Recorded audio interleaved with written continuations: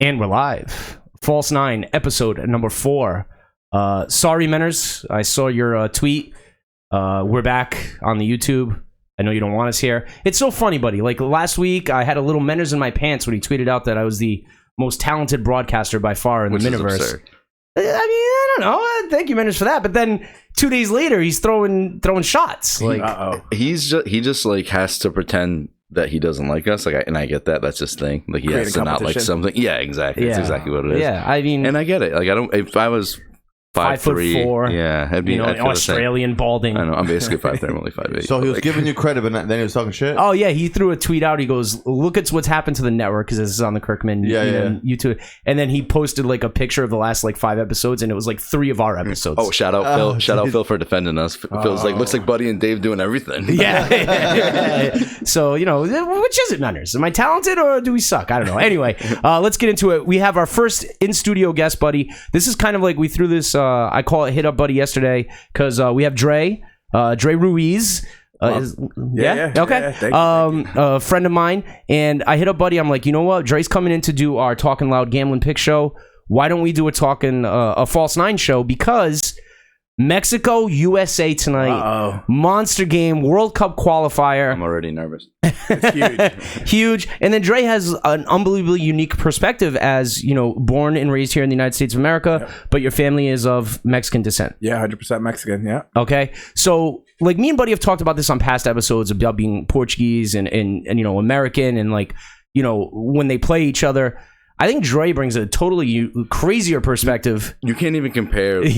So I mean, it's nice to have like our perspective and like be able to like have like the two cultures, but like we're not rivals. Like USA and Portugal aren't rivals. This is Red Sox Yankees. Yeah, I mean the biggest Portugal US game was the World Cup. I remember Jeff Cameron was playing. I remember that. Yeah. Yep. So and then let's give Dre's pedigree really quick. So the other reason I want to have Dre on because he's also reached a certain level in soccer that like not a lot of people have. Dre was how many times state champion here in Rhode Island? For high school? Yeah. All 4. All 4 years. All right. So you started your freshman year, correct? Yeah. So Dre was a great player. I saw Dre play in high school, played for those great LaSalle teams, coached by Mario Pereira, who, obviously did a lot of recruiting and stuff, but, that's fine. You can do whatever you want. Shout out Mario. I love that guy. Nah, he's amazing. I mean, I was fortunate to be coached by, like, unbelievable coaches. I mean, shout out to Cumberland. I mean, they always gave us... But, yeah, no, LaSalle was just tough. And he did do recruiting, maybe. But we all knew what school was the school to go to if you played soccer. And also, just like Hendrick in baseball, basketball, like what school you're gonna put your kids in the best position possible. And also, Dre, what I'll give credit is like he never promised you guys that you were gonna start or nothing either. No, he'd bring in guys to take your position from you. We went to practice, about middle school, about to be a freshman. And we looked at the practice and we were like, yep, this is what we want to be. Iron sharpens iron, right? Yeah, exactly. Yeah. And then Dre went on to play Division I soccer for URI. Played with Jeff Cameron, if I'm not mistaken, who's been a U.S. national team player, still in touch with him, good friends. Yeah, no, real good friends. So Dre brings a unique perspective of like me and Buddy talked about if we were good enough, right? Yeah. Dre, I've never reached that height, but he reached a height where like that could have been in the conversation. Definitely growing up. You had to think about that. Oh, no, growing up, I 100% knew the answer. All right, so what's the answer? Mexico was 100%. Yes. So being born here, like, so you're born in Rhode Island, like raised in Rhode Island, played soccer in Rhode Island schools, like why Mexico? It was just something about. Well, so we were born in Brooklyn. My parents migrated here to the United States, and then we moved to Rhode Island, and grew up playing soccer. Played in Central Falls, then went to Mid-State. After Mid-State, we were coached by Dave DeMello at assistant coach at PC. So then we went to LaSalle. After LaSalle, went to URI. Great. Everything was great. I mean, U.S. soccer forever. I tell you guys all the time, I love U.S. soccer if they're not playing Mexico.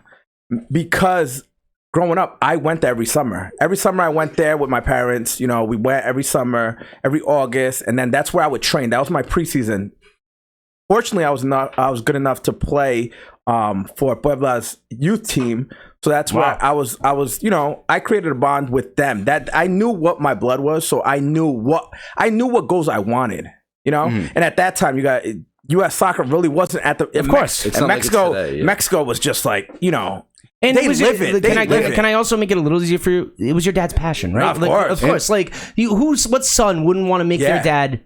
Like, I'm not saying your dad would have been proud if you had showed up for the United States. Yeah. But if you had ever lined up in Azteca Stadium for Mexico, your dad, come on, man. Yeah, that's a dream. Man. Exactly. So, like, to me, I get the answer. Oh, yeah, 100%. Yeah, so I grew up I speak with my girlfriend all the time. I'm like, listen, I didn't grow up watching like cartoons like any other like little kid. Like, yes, I like Tom and Jerry, obviously, my favorite.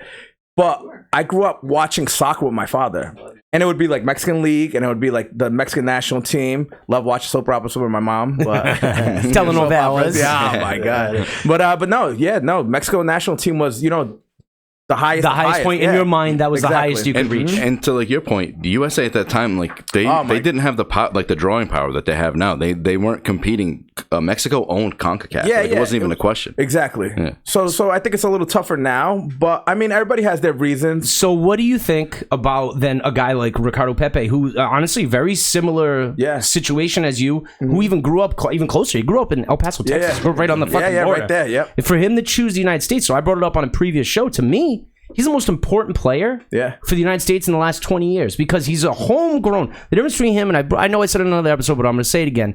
The difference between him and kids like Pulisic and Aronson and other, richer, white, upper middle class kids who, not everyone's parents can afford to send them to Dortmund Journey when they're 13 years old, move there with them and get their kids in the best. This kid grew up playing, youth league, Texas, and just got discovered by FC Dallas, and he has chosen the United States. Like, he's the blueprint for the next generation. Yeah. So what do you think on that? What is, as like someone who's a fan of Mexico, do you see him choosing the United States? Like, oh shit, like this ship might be turning. Yeah.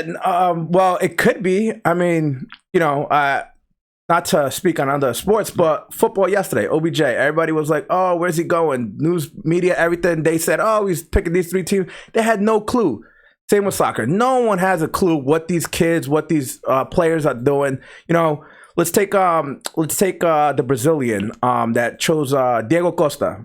Yeah, everybody chose Spain. Brazilian, right? chose Spain. Why? Because the situation was that Brazil had a bunch of attackers, and they said, you know what? The best chance I have to play in this World Cup to start is Spain. Isn't like the same thing true about like Thiago Mota? Like he's like another Brazilian, but he's like, I can play. I mean, listen, Brazilians are a tough comp because Brazilians are on every national team. There's literally a Brazilian on every fucking. There's Brazilians that play for African national teams. So with Pepi, the reason why I think he chose America, well, he said it. He came out and said that he chose America because America gave his family a chance, to get better. Yeah. Mm. So he chose it. But honestly, if he was to go to, so the U.S. right now, they're all young players. He has the chance to grow with them and has the best. What other attacker is gonna?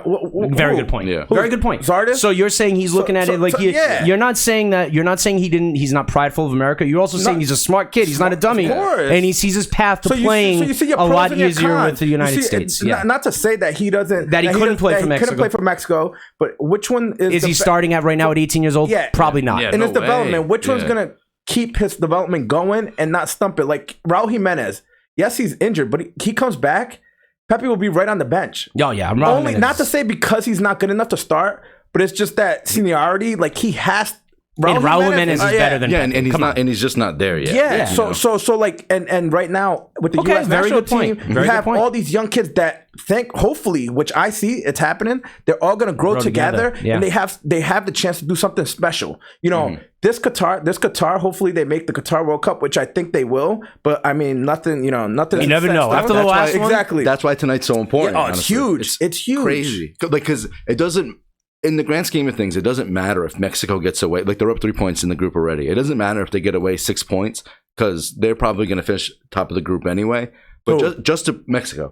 Dude. But like, I don't know, dude. I know. USA. So good. We could be talking next week that El Tata Martinez, he's on the hot seat because he's lost two finals, to the United States. Yeah, I know. To the United States, and then Mexico doesn't take that lightly. Exactly. The Federation does not. Believe me, the media outlets in Mexico are. Oh, they roast him. Yeah, they roast.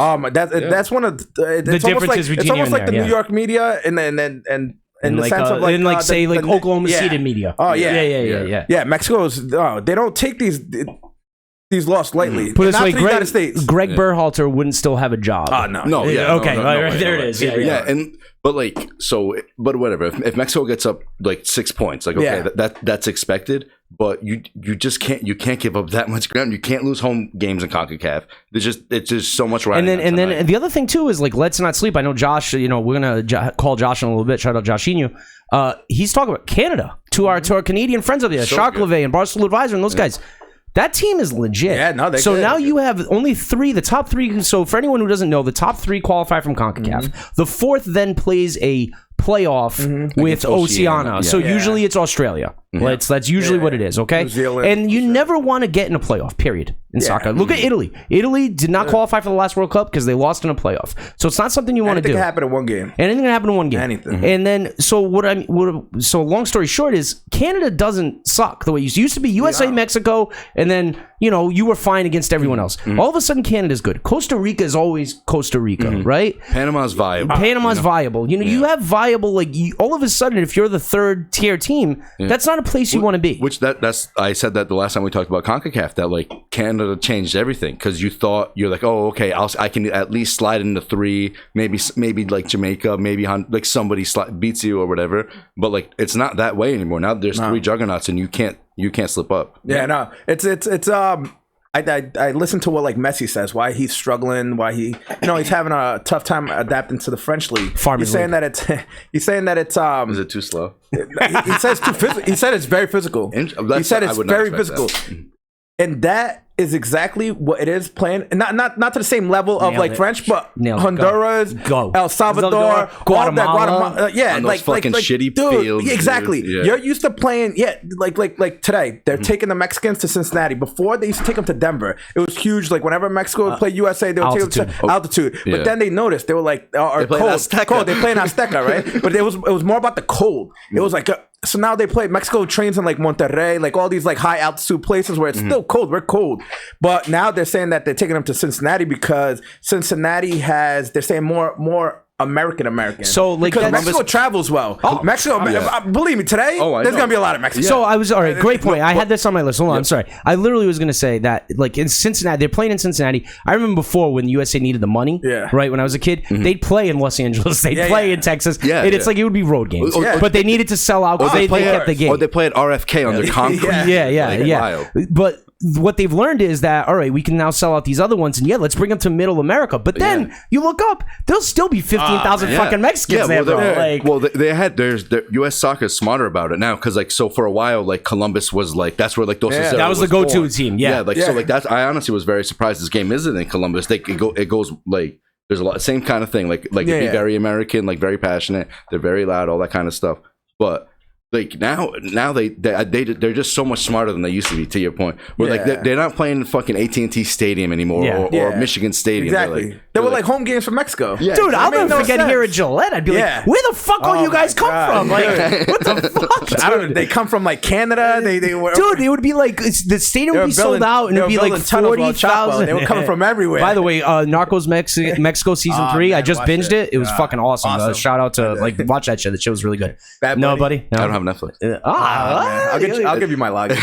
The only guy in the world. So like I thought that's a great point that you brought up, that it's going to be like the stadium. So let's get into tonight's game. Yeah. All right, let's get into it. No Gio Reyna. Yeah. No fucking Matt Turner. I think that is a bad idea. Yeah. I think it's a bad idea. Zach Steffens does not play.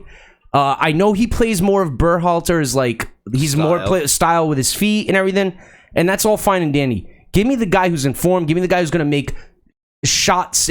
Matt Turner's a shot stopper, that's what I was gonna say, and the Mexico's better shot probably stopper. going to get more shit on goal. When we play Mexico, as good as like our talent has gotten way better. Okay, Mexico usually still dominates like the ball itself, and if we get him on a counterattack. And Stefan, 1 start, 1 goal, like to his like 1 goal allowed, and it's his own fucking fault. Like because he wants to be too involved. But that's the way they train him, though, buddy. I know, and I get that, but that's- you can't make mistakes. You can't make that mistake against Mexico. Yeah, I agree. So, like, now let's go from the Mexico perspective. Is there a lineup? Is there someone that you want to see? Is there someone you don't want to see? Who's the guy that's going to piss you off? I guess basically is what I'm saying. If he's not in the lineup, If he's or if he's in the lineup, either one. well, to talk on the Matt Turner and go ahead. Stefan. Yep. I mean, I can make an argument for both. Yeah, of course, More, I guess, Matt Turner, especially being here in New England. Like, I mean, Matt Turner was like tearing it up. I mean, especially in the finals. But even for the U.S. national team. Yeah, he saved US. won the Gold Against Cup Mexico, for them. He saved. Him and Miles much- Robinson were by far the best players on the field. Yes, I agree. So, but Zach Steffen, I mean, his training with Man City, that's no joke either. Like at LaSalle, man. When we were number 2 in the nation my sophomore year, dude. Humble brag, buddy. Training was tougher than games. We'd go into games, and we played St. John's Prep. We beat them 4-0. They came to LaSalle. We beat them 4-0. They were like number 14 in the country. They're from Massachusetts, a prep school. We played E.O. Smith, the prep school from UConn. Smacked them 2-0. It was pouring. It was like today. So for anyone who doesn't know Rhode Island high school soccer, at this point especially, not so much anymore. LaSalle's still great, don't get me wrong. Yeah, they were but a back then, basically, Yeah. no. Like literally, he's not joking. Like a Rhode Island school would be number 2 in the country. Yeah, oh, man, Their that was- bench would have won the state title. dude, Your bench would have won the state We played, title. because Your JV would have won the state title. we were unbelievable. But like I said, the practices were so Steffen, like. So Man what you're City, saying, even when though he- he doesn't play, when his he- training is, believe me, he's ready. And the thing that I'm assuming that he might be going with right now is the experience of like being in those like tough environments. I'm thinking that but like I I just said, think he fits Berhalter's system. Yeah, that's what I think. It's the way he Berhalter plays. wants to play Yeah. is the Man City way. Yeah. He wants his goalkeeper to be a Well, today- sweeper and play with his feet. Yeah, well, today's going to be different. Today, I mean, every time they play Mexico, this is exactly what happens, and I get so frustrated watching it as a They're gonna Mexico have to fan. sit in. They sit in. Yeah. They sit in, and it's Counterattack? it's happening. Counterattack? If Mexico scores the first goal, It's over. it's clearly it's 1000%. almost over. It's almost over. 1000%. If U.S. can hold it and frustrate Mexico and not score, Which is and not usually what happens. Yeah, exactly. I'm so glad And you they said get that. one goal. They get that one goal. Boom. Everything, the And nerves, then the everything, pressure and the goes on pressure the goes on Mexicans. Yes. And then the next thing you know, U.S. is right where they wanted to be, and then they're physical. They've always been more physical than Mexicans. Corner kicks and everything. That's always What's been your our done downfall. buddy's got something I mean, for you. everybody obviously always the joke used to be, hey, not me, but the joke used to be that Mexicans were all short. So that corner kicks, I mean, it made sense. The corner kicks, like the Africans, everybody, the Europeans. Like, I mean, back in the day, that's why the Italians and the English, they used to beat on everybody because they used to be just physically bigger. But yeah, no. So today's game, honestly, it's gonna. But now U.S. now they're starting to get that technical ability. yes. Now they're not just that team Mixed that's with the grit, counterattack yeah. and But do they have the athletic. grit? I don't think the U.S. has the grit they used to have. I think getting only. it. I only in the miss- I like midfield. Aronson a lot. Only in Okay, the- but That's I my miss boy. there I used to like be. him. So listen, we have way more talent than we used to be, and I think that's what frustrates me because if we could still have the grit that we used to have, a lot of those U.S. teams that beat Mexico even 5-10 years ago had no fucking business winning Yeah. those games. Okay, they did it with grit and with heart. That's it. Yeah, okay, and frustrating, and all that. Being well. The U.S. organized team and now, which is I do enjoy watching more because they have more talent. They have more talent. You have players now. I brought this up a couple episodes ago. You have guys, Busio on Venenza, Yep. Aronson, who's nice. Okay, but is not even an automatic starter for the U.S. None of those guys are. Whereas 10 years ago, Dre, It'd be rude those guys would be considered like the saviors. Yeah. because they were playing in Europe at such a young age. Yeah. Okay, now they're just part of the rotation. Yep. Yeah. All right. But what we're lacking in a lot of these spots is fucking like that underdog. We need to get them. Work harder than you mentality. See, I They're Because- so young. They're so young. yeah. Okay. I don't disagree with you, but this group hasn't like you have we have seen the U.S.'s best midfield play together one time. Yeah. Well, like we've seen Christian McKinney, Christian Pulisic, Weston McKinney, and Tyler Adams play together one time. Like Okay. But But why does Kellen Acosta always play better than Tyler Adams for the U.S. national team? Why does that? Because I think it's Because he's a dog. No, it's because your IQ is pretty low. Like no, but like Calling him stupid? Yeah, a little bit. Tyler Adams is a better player than Christian. Okay, I'm not saying he's not than Kellen Acosta. Sorry, I can't call everybody Christian today. I was going to say Christian McCaffrey plays for the fucking Panthers, bro. And I'm the dummy. But it's fair. It's a fair point. but I get what you're saying. But I'm just saying every time I see Kellen Acosta in a game, and especially against Mexico, big game. That kid's just all over the field, winning fucking balls, leaving his heart on the field. Yeah, and not you don't making need passes, 11. though. You don't need 11. You don't need 11 skillful players. Yeah. Maybe you only need 9. And I don't disagree with you, but Tyler Adams does that same job and makes the pass. But the other thing about Tyler Adams is he's just better. Like He's just better at that position. He doesn't need to make some of the recovery runs that Acosta does, or like just the way that they play. Okay, fair point. So you said something about being physical. Mexico is not known as physical. Buddy sent me a little. Yeah. So I don't know if you follow any of the USMNT like Twitters or whatever. Yeah. So like, did you see everybody's asking who's going to be the first Mexican to choke an American tonight? And without getting a card. Yeah. Without, because it never happens. No. If anything, the Americans, they always no. There's video proof. Video proof. Oh no, but remember the Guardado literally choked the shit out of McKinney. He's a beast. He's a warrior. Yeah. But the American that he's a warrior. he looked at him. Yeah, he was like little guy. So I mean, it's just a rivalry that they're just born into. It's almost like you go to Ohio State and they tell you, Michigan. You hate Michigan. Yeah. It's nothing against it. It's just you hate Michigan. They engraved that into your head. Team up north. So team up north. Yeah. So that's what U.S. and Mexico is. But you know what? It's awesome. It's awesome because it's almost like if they didn't do that to each other when they went to these World Cups and these big tournaments, USA always against Portugal, against them, they don't get smacked. No. They don't get smacked. They always do well in big tournaments. Yeah. Why? Because of that Mexico and Costa Rica in the past. So I want to go back to a point you made earlier, and I think it's 1,000% perspective. You talked about the Messi PSG and kind of we glossed over that. So you're absolutely right. When everyone says, "Oh, you should get out of CONCACAF every time," why don't you go to El Salvador? Why don't you go to? It's like, dude, no. It's not like playing Italy in fucking like Rome or whatever, right? I'm not saying you'd rather play Italy than El Salvador. What I'm saying is those El Salvadorians. That's when they play Mexico or USA at home. That's their fucking World Cup final. For the players, for the coaches, for the fucking fans, who will then go find out what hotel you're staying in and play alarms at 4 in the morning for 2 hours, who will throw batteries at you and know they won't get kicked out of the stadium. If the French team, English team, German team went to El Salvador, they would not play. They wouldn't last 90 minutes. No, they wouldn't. The field would just confuse them. They freak out about it. It's different grass. The food. They'd ring the fire alarm at like 2 in the morning. They ring the fire alarm. They shoot the rockets outside the hotel room. Like fireworks and all that. Like that's what I'm saying. So I'm not saying. Look at Argentina. They go to La Paz. They go to play in Bolivia. 7-0. When have you ever thought that Argentina was going to lose 6-7-0 to Bolivia? Wild. It's just and then you could say the same about like let's just take Portugal for instance, or let's take a European team and they play like at Andorra or like these countries. It's all about. It's geographically. That's who like you said in the tweet earlier about the Patriots and Dolphins. Like you play who's on your schedule. What are you gonna do? Like that's just how it is. Like you can't play Mexico because they're in CONCACAF. They're not gonna put them with a team in like New Zealand. And then also, it just doesn't make sense. And then also I'll say too, it's like people forget, man. This is national team. You don't play with each other, practice with each other all the time. You literally meet up, and if someone's hurt, whatever, like it's not like you have the same lineup or whatever. That's the thing I admire about the U.S. because they're all young kids that are basically trying to save the U.S. because of what happened in the previous Olympics and the World Cup, how they didn't make it. They have that struggle. They have like that on their shoulders, and they have the whole thing about they have to cement their place. They don't even know if they're in the lineup, like you guys were saying. Yeah, it's true. So they have so much for such a young age. Yeah, I mean, but hey, they're good at what they do, and I mean, luckily they're mostly all in Europe, from what I see. Yeah, pretty much. And even the MLS is come a long way. They play too many MLS guys, like sometimes, but the MLS is much better. The last thing I'll say before we call Josh is I was going to say I'm texting right now.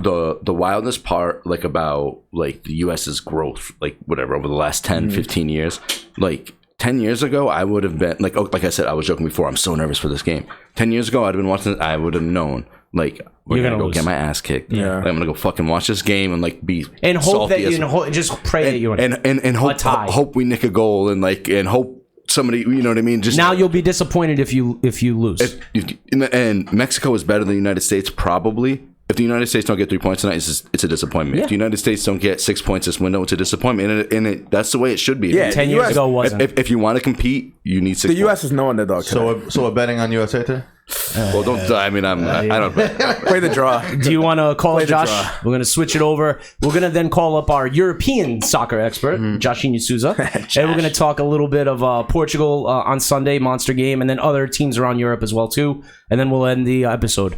I thought that was awesome conversation, guys. That was great, Jerry. That was perfect for what I wanted to talk about here. Brought a great perspective. I got to pull up Josh's tweets yesterday because that's why I want to have him on. He was so fucking hot. Hilarious. So, buddy, I'll let you ask the first question then when we get him on. He knows you're calling, Jay. You need the number? Want to say it live on? No, don't say it live. I'm just So everybody can call him for his bets. Oh shit, we could have done that. You need one more number, don't Was you? he too good for us? Couldn't call us? I can't see. I'm fresh out of surgery here. What's going on here? Fresh out the... No, I got it. 499. Yeah. Probably has like 5 screens up already. Oh yeah. What's there? Cincinnati playing today? Right there. Yeah, it's right that's behind you. Italy already played. Oh yeah, he already. Well, we'll know by his voice if he won or lost already. Yeah. Joshinho, what's up, man? You're in live right now with Buddy. Mixmaster Jay's dead, basically, and your boy Dre's in the house. Josh. Damn, what up? What up, Drake? What's wrong with Jay? Jay, you all right? Yeah, he's just making things up. His kid's in here with a bandage and shit, can't even write your phone number. But no, that's fine. So listen, Buddy really, really wanted to have you on. He saw your tweets yesterday and just kind of like saw you on fire. It's hilarious. So he's gonna read some tweets or whatever, and then like he wants you to respond. Yo, and, Josh just sees the lineup and he's already heated. yeah. He sees the lineup. No, honestly, lineup. I won't even read his tweets. Just like what? So what did we talk about yesterday? I'm sorry. record- What did we talk about yesterday? On We're the talking about Portugal, Ireland yesterday, and like that game. I guess so, right, buddy? Yeah, how are they so disappointing every time? I was telling Dave when I got here, I literally fell asleep during the second half. How are they so disappointing week in, week out? Not against the bad teams. Yeah. First of all, on the record, I hate people that read my tweets back to me. I didn't do it. He didn't do it. It's like you just send it and you move on, and you just don't forget it. Yeah, you don't care. You just move on, dude. But first, they started with the lineup. You know what I'm saying? That like obviously just didn't care. He was playing for a tie. The team literally kind of reminded me of Man United. Honestly, since that's your club, they're too slow. They're too sloppy, like too predictable. It's just like, ugh. No ideas, even basically, though is what you're saying. No ideas. And it was funny how Josh had tweeted, even though you hate listening to your own tweets, you said that the coach had played all the players that were in possibility of being suspended in the Serbia game for accumulation of yellows, and then Pepe gets the red, double yellow. Of course, yeah. Yeah. But like if somebody was going to do like- that, isn't it him? Yeah. Jesus, yeah, Exactly. no, but I feel Like, I feel like Portugal, like for the most part, and I'm like a outside looking in. I feel like, or even like other great teams, right? Like whenever they play like a really good team, they match intensity and they're like in, and then they like overlook like these like Ireland's. But I mean, I didn't watch the game yesterday, so I don't know exactly. All right, so how yeah, it played Josh, out. break that down. Break that down. What do you think happens Sunday? Who do you want to see in the lineup? What happens? Like, what's the worst case scenario? Go ahead, Josh. Well, on Sunday, first of all, we're playing Serbia. I hope people They're good. like realize They're really they're good. fucking good. They're really good. Like they have a bunch of really good players. They're really good. I'm kind of scared for them. They did win their friendly 4-1 the same day we played. While we would, whatever. But João Cancelo is going to play. Ruben Diaz is going to play. Jose Font is going to play. People need to have some respect for him. He's a League One champion. He won. Last year, League One. He's a His pretty story is good player. wild. He's a captain of Lille. He's a decent, solid, respectable player. You know what I mean? He could fill in for Pep, whatever. But the coach literally played that team, right? Just to like avoid yellow cards, and then we lose one of the most important pieces that we have. You know what I mean? And it was just pathetic. We played Ireland. Don't forget the game before too, and Ronaldo scored literally Saved 2 us. goals late. Saved us. So like, if you really want to take that a couple minutes away, we basically played Ireland 2 games and did nothing. Yeah, Ronaldo scored 2 goals right in the last like 3-4 minutes of the game to win the Ireland game before, which put us in position to only need a tie. If we had tied or lost that game, we would have to beat Serbia on Sunday. Is that correct, Josh? Yeah, well, at the end of the day, we couldn't lose to Ireland. If we just didn't lose to Ireland, we were straight because if How many we games got are a left? point, This is it.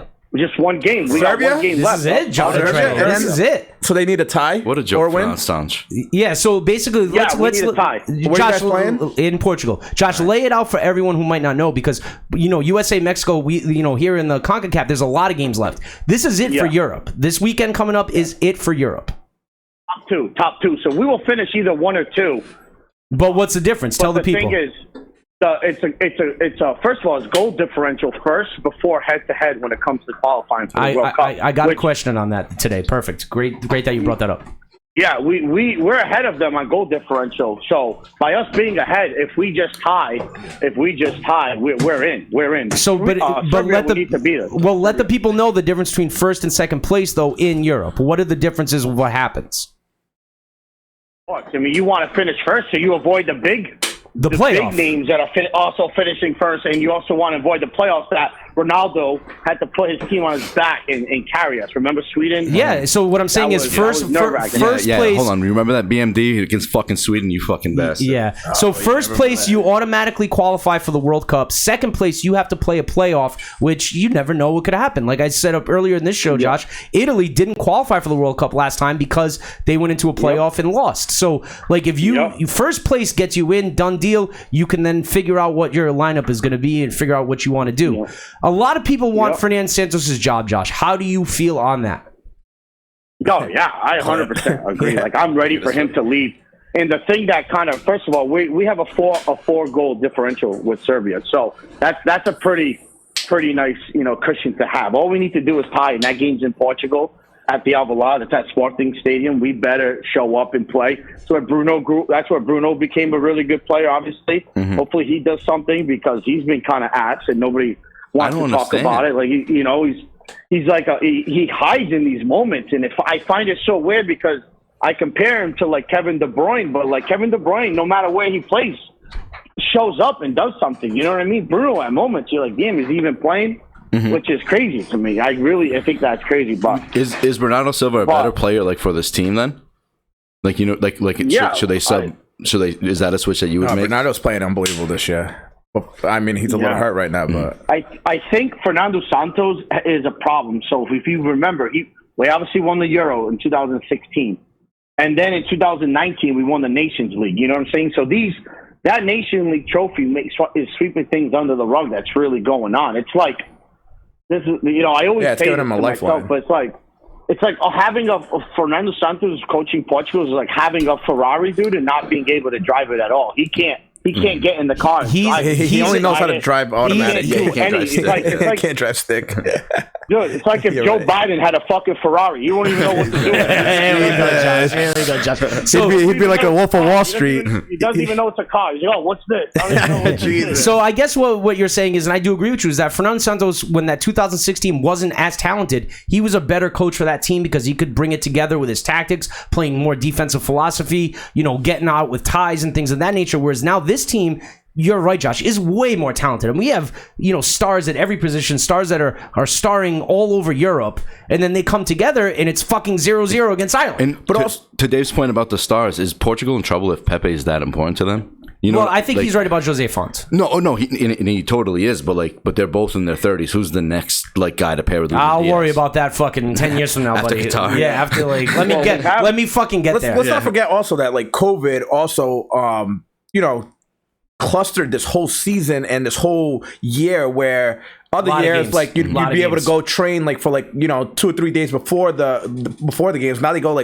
day before. They're playing 3-4 games. So the chemistry, because they have a lot of big personalities. Portugal. I mean, there's stars everywhere. Yeah. Every week I tweet Josh. I'm tweeting Josh. I'm like, dude, all these Portuguese people are on the score sheet. Yeah, even Cancelo, he's on the back. but to Josh's point, it's like Fernando Santos might not be the guy to coach this talented of a team. Yeah, well, he better be because you guys are one game away from being in the World Cup or not.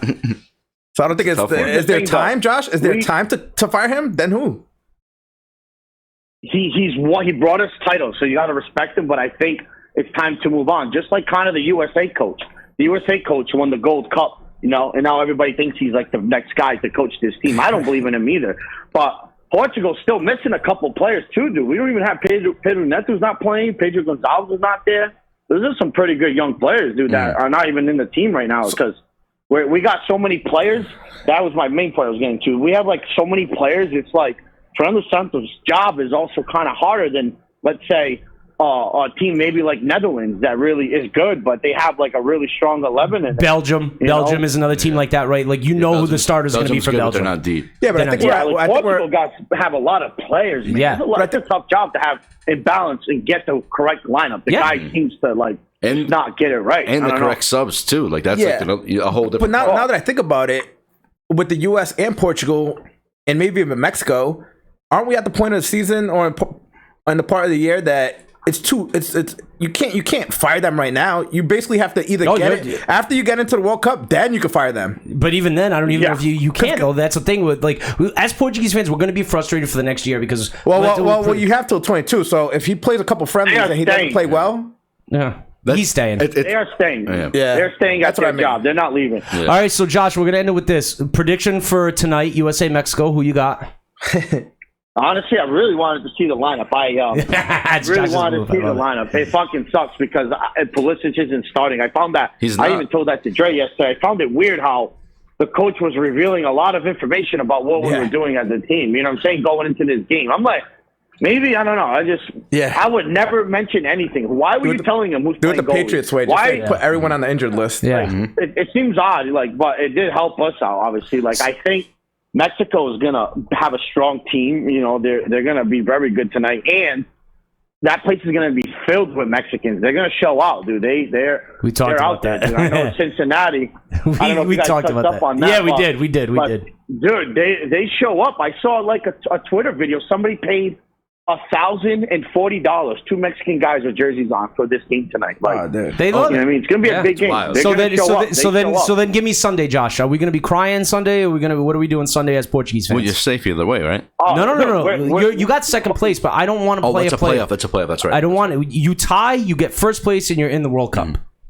So what do you think, Josh? We at least get a tie for tonight. I think USA is going to.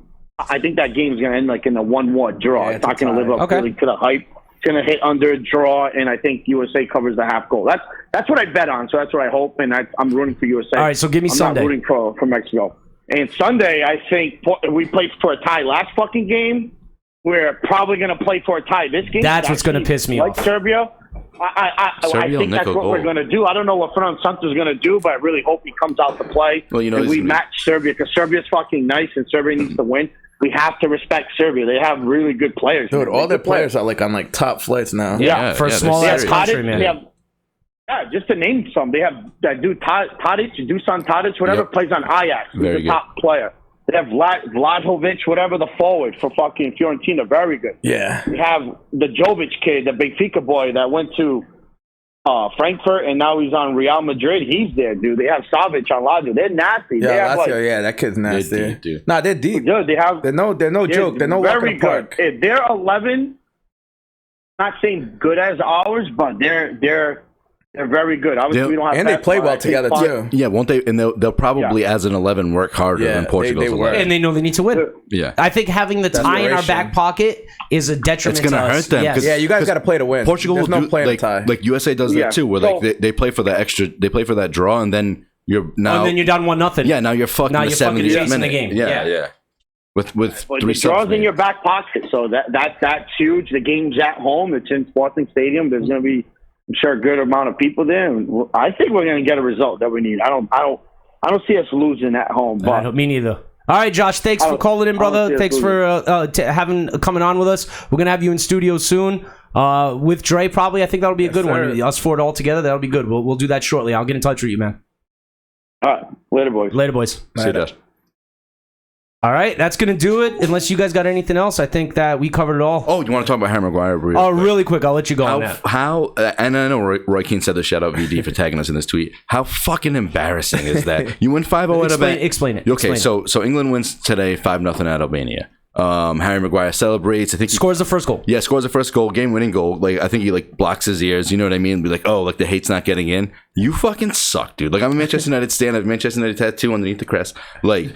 Harry Maguire fucking sucks. Every week he says he has a tattoo. 80 million. One day he's just going to show us. No, I'm fat. 80 million pound fridge, dude. That's now. And then let's say the tweet. Roy Keane, who is a Manchester United legend, like bigger than legend, bigger than legend. He's one of the. Oh yeah. And he's like a super fucking hardo. He tweeted out, and I think the exact words that he tweeted out were, "You bum."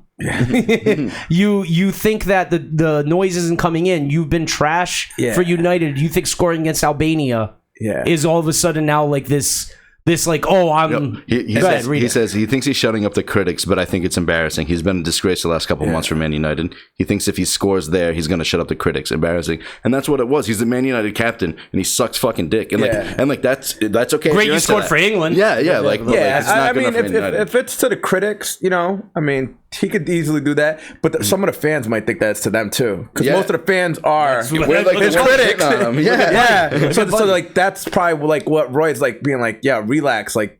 Those you are like scored that's against your Albania. supporters, Yeah. Go win at Stamford Bridge. In a few Yeah. and go minutes. be Like, publicly say like, you know what, I've been playing like shit, and Yeah, it felt good because Yeah. I suck right now. Like, All right, so that it. all right, that's all I got. That's how we wanted to get off chest. Dre, I want to thank you for coming, man. Yeah, You're appreciate awesome it for having me. We'll definitely do this again soon. Yeah, no. This was a fun ass episode. I think having in studio guests and maybe call-ins, we got to start doing that more often, buddy. We'll figure it out. We got to take calls 1 week too. Yeah. But I didn't know Jay was going to be alive today or not, so I kind of didn't want to promote that. Nope. Fresh out of insane asylum.